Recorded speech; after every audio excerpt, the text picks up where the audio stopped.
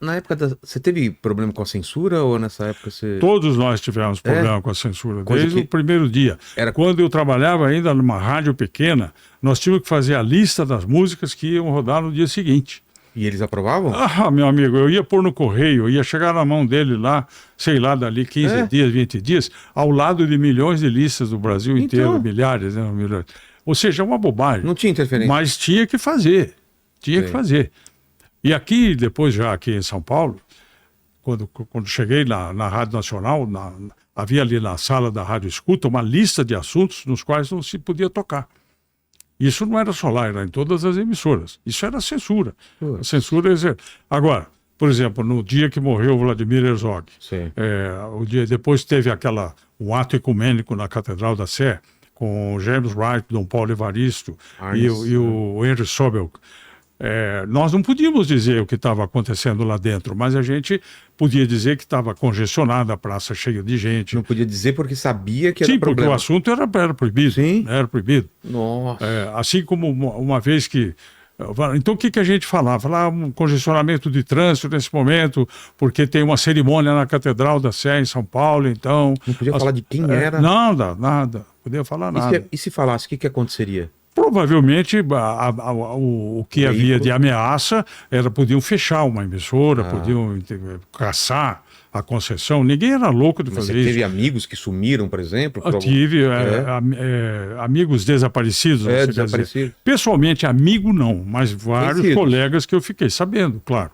Assim como tive vários colegas mesmo de redação que foram chamados, foram torturados, isso eu ouvi da boca deles, claro. Uma amiga minha, jornalista, ela estava grávida quando ela foi interrogada e usaram métodos que não eram legais, né?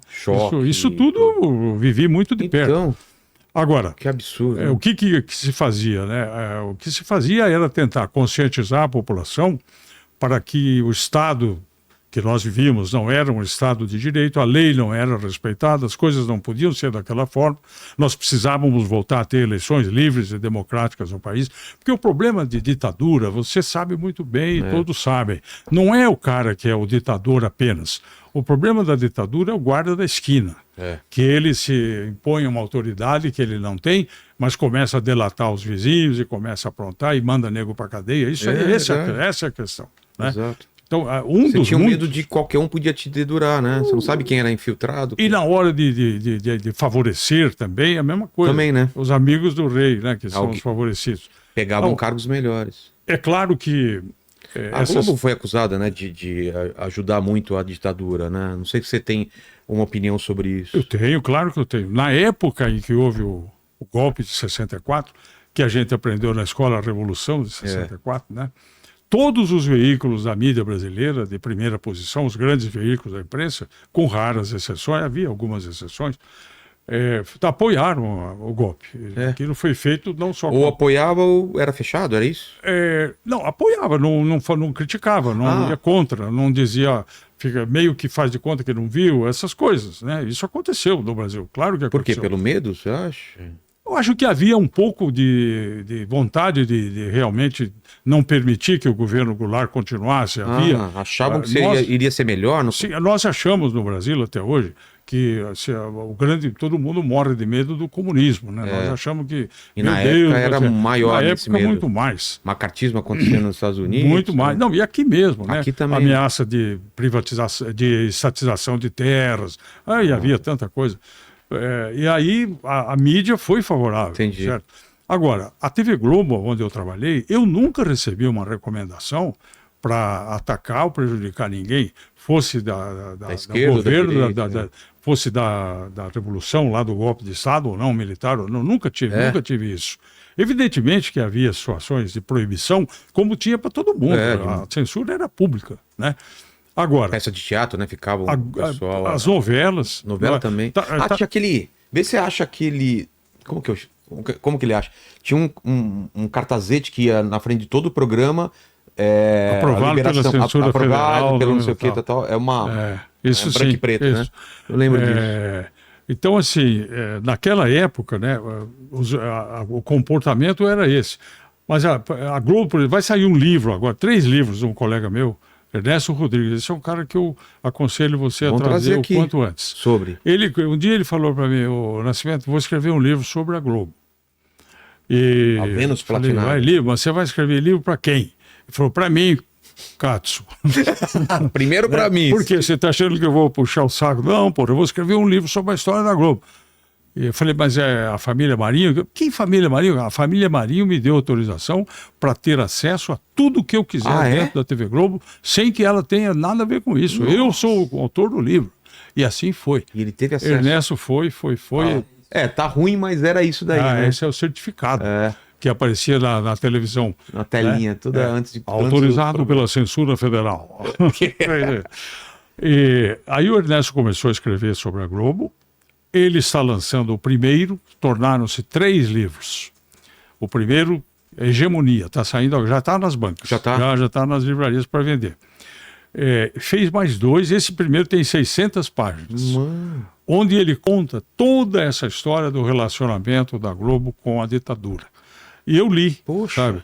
Então, E aí? assim é o seguinte, é como você, em qualquer situação, por exemplo, você é o grande cara do podcast. Sei. Aí tem uma ditadura aqui no Brasil. Nossa. Primeiro cara que eles vão ligar para você. Claro.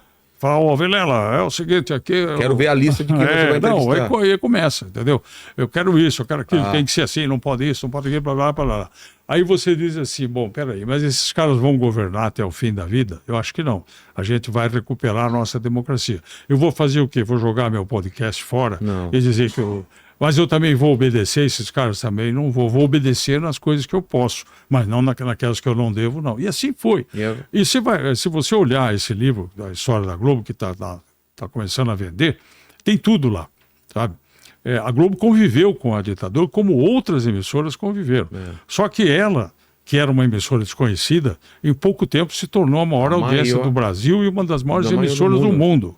Agora, você imagina isso num regime de exceção. Né? Você acha que você vai navegar em céu de brigadeiro? Não vai. Você vai ter o nego te enchendo o saco de noite. Né? E tem várias histórias que são contadas. Agora, se você perguntar para mim ou para qualquer repórter da Globo dessa época, todos iremos dizer a mesma coisa. Nós nunca fomos obrigados a defender ditadura nenhuma. Nós fizemos as matérias. Algumas delas não entraram no ar.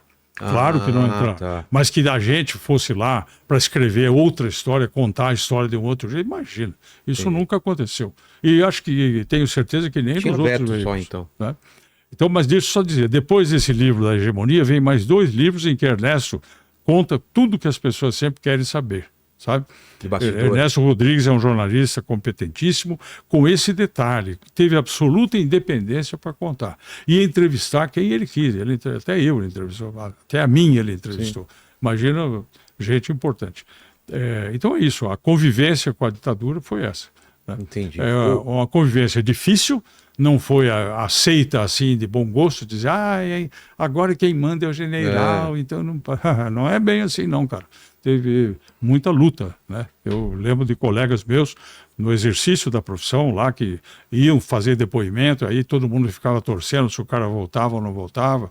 Aí o sujeito, graças a Deus, todos os nossos retornaram, né? E eu não desejo nunca mais que nós passemos por isso.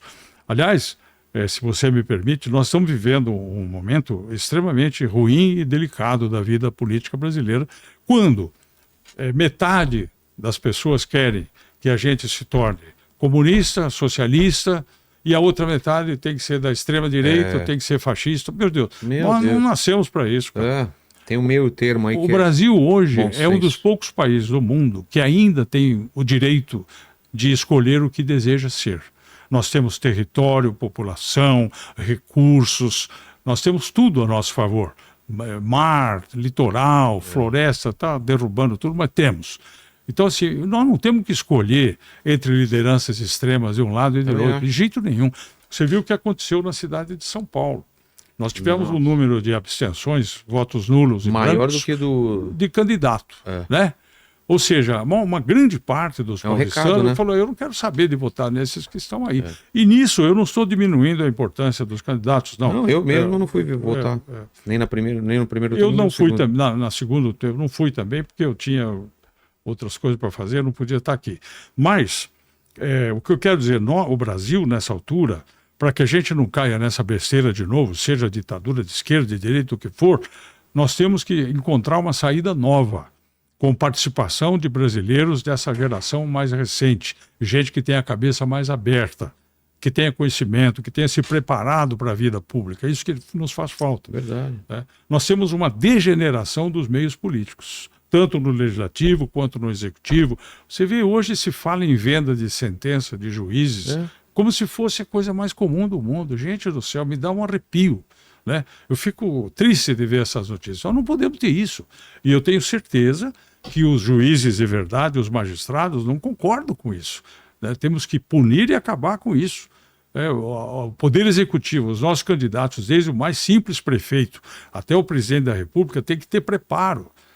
Né? Tem que ser pessoas que tenham cultura, conhecimento, que conheçam o Brasil, para saber escolher o caminho do Brasil, e não o caminho do partido político. Você diz assim, não, isso aqui está ou não de acordo com a ideologia do partido, então vamos fazer desse jeito. Não, você tem que fazer coisas de interesse nacional. Acho que eu não estou errado de falar isso. Verdade. Não é verdade?